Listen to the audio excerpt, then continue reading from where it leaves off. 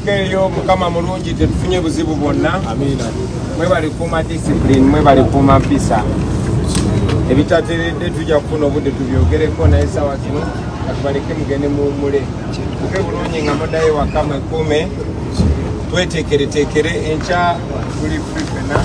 Tweteekereteekere olwokuna tugende bwitwe. Bisigadde aba bakulembera bajja bakomereka. Kulikeyo nnyo mukulikireyo ddala. People power! Our power! Our power! People power! NUP! Everywhere! Everywhere! NUP!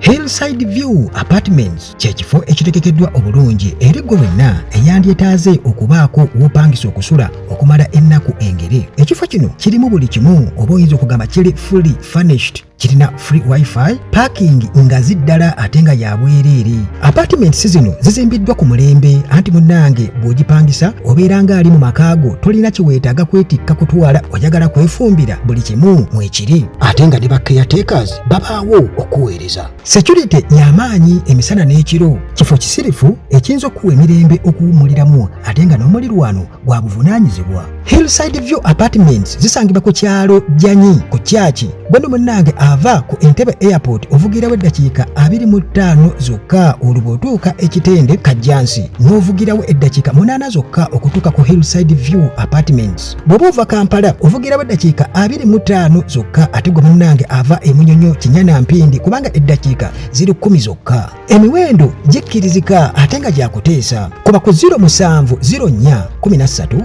19 99 oba 0770 717 8 Hillside View Apartments, weetuli okuweereza n'essanyu.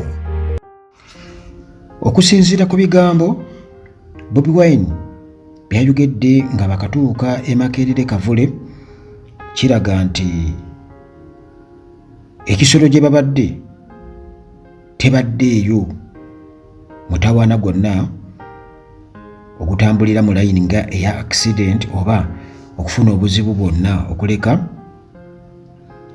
babadde bakomawo ndabyawo. Bobi Wine agenza okunywa amafuta emmotoka zaabwe nendaba nga poliisi esalako ndowooza ng'ebagamba mwamuke muveewo, naye kyaddaaki batuuse e Makerere Kavule era n'alangirira ekiddako ennaku zombi nga 14. Kitegeeza nti ekisolo akalulu kagenda okubeera nkakubwa okusinziira ku kampeyini ze babaddemu, era tujja kuba tubitegeera ebigenda okubeera nga biva sayidi zeeyo. Bw'atyo alangiridde mu bitiibwa bye era nga okusinziira ku biriwo nga obukulembeze bwe bakutuma mukulembeze katugeze wano mu bibiina ebiriwo mu opposition gwe basinga okukkiririzaamu bakulembera. Bobi Wine alabika ali wala nnyo, takwata bukwasi kifo kisooka wabula ali wala nnyo kubanga bafuuti soldiers bamukkiririzaamu nnyo okusinziira ku bukulembeze obw'oku ntikko obw'ekibiina kya NUP, bonna bamukkiririzaamu nnyo nnyo nnyo nnyo. Olunaku olwokuna alangiridde nti bagenda kuba emmotoka zonna bazoolekeza Buyikwe sayidi z'Ekyaggweri. Oba kati ani mubaka waayo nasemba okumanya nga Judith Babirye ye mubaka weeyo e Buyikwe, anti bayawula mu constituencies nnyingi nnyo, naye sayidi zeeyo emukono sayidi zeeyo oba okulinaana eyo gye bagenda. Olunaku lugenda kubeera lwakuna era kati bagenda soka babe nga bawummulamuuko. Olunaku olw'enkya ennaku z'omwezi nga 13 lugenda kubeera lwakusatu, tewagenda kubaawo puroguramu yonna ku kitebe kya NUP. Asabye bonna bawummulemu, bafuuti soldiers bawummulemu, emmotoka zikanikibwe, bateeke bateeketeeke n'ebintu ebirala ebyetaagisa okubeera nga ate boolekera buyikwe ate luddemu lukwajje. Jjukira tugenda mu kalulu 2026 era ebbanga oyinza okugamba nti libulayo ddene naye bwe tugamba 2026 ogwo omwaka ogwa 2026 tebagubala kubanga tugenda kuba tulonda mu mwezi ogwa January 2026. Kitegeeza nti 2025 gwe mwaka gwokka ate omwaka gudduka ku sipiidi eya yiriyiri.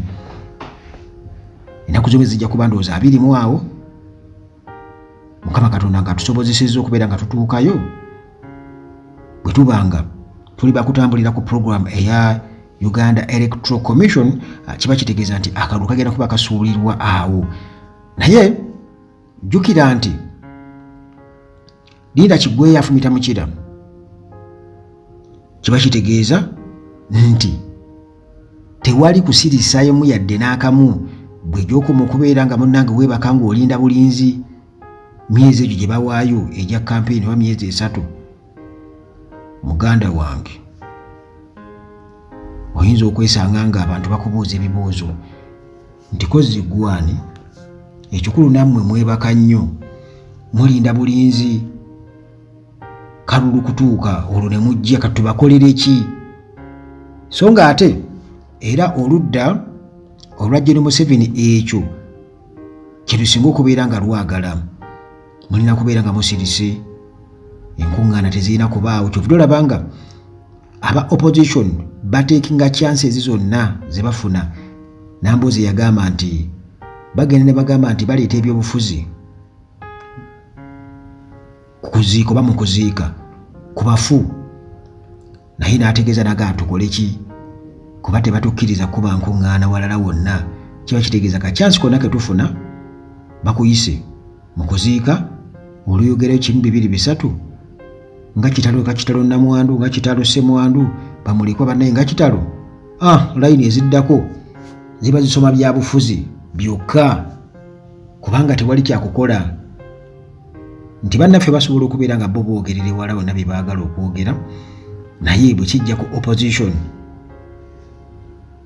mulina okusaba olukusa. Ate ebiseera ebisinga obungi olukusa terubaawo, olukusa terubaawo era buli kimu ekikolebwa poliisi eba erina okuyingirawo n'amaanyi ag'ekitalo era nga bakakasa kimu temwasaba lukusa, temwasaba lukusa.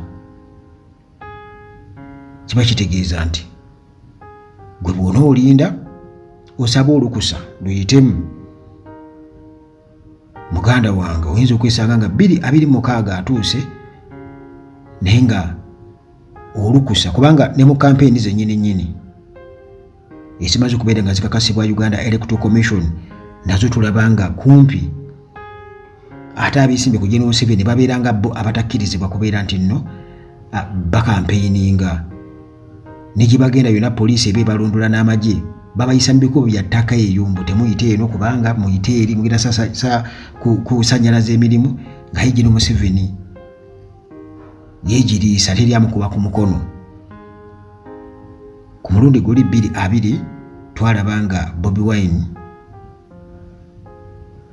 obukulembeze bwa NUP beesitwa ne bagenda eri akakiiko k'ebyokulonda nga baagala okumanya tebakkirizibwa kuba kampeyini. Akakiiko k'ebyokulonda kayise ekiwandiiko ekyo nga kitegeeza poliisi nti bannange muleke kampeyini zigende mu maaso, electoral process egende mu maaso nga bwe kirina okubeera nga bwe kirambikiddwa mu ssemateeka. Naye nga ffenna twasoberwa kubanga twalaba nga bano abapposition oluba okusetwa ku kigere. Muganda wange basanga mu kuba bataddemu barricades, basanga bataddemu emisanvu yonna gye babaira balaga ku ntindo nga basazeeko RDC baafuuka ba RDC nga Bobi Wine budde ne bamuzibako mu district yemu tebamukkiriza kusulamu. RDC ajja buzi namugamba wano tewaliiwo puroguramu yogenda banti obudde butuzibyeka agenda mugende ebintu bifanaganako bwe bityo. Abamu kubakunga aba NUP ba mu opposition babalumbangayo mu zi hotels gye babeera babuukinze nga ne hotels teziyagala kusuza ba opposition kubanga bajja kuba baziraba bubi mwe musuza abaduuyi kale Bobi Wine bw'ati ategeezezza n'agamba nti lunaku lwakuna bagenda kuba boolekera buyikwe ate ndowooza awe wanaava ate okumanya wa gye badda wano ku Uganda At Large tugenda kuba tubikutuusako byonna akuume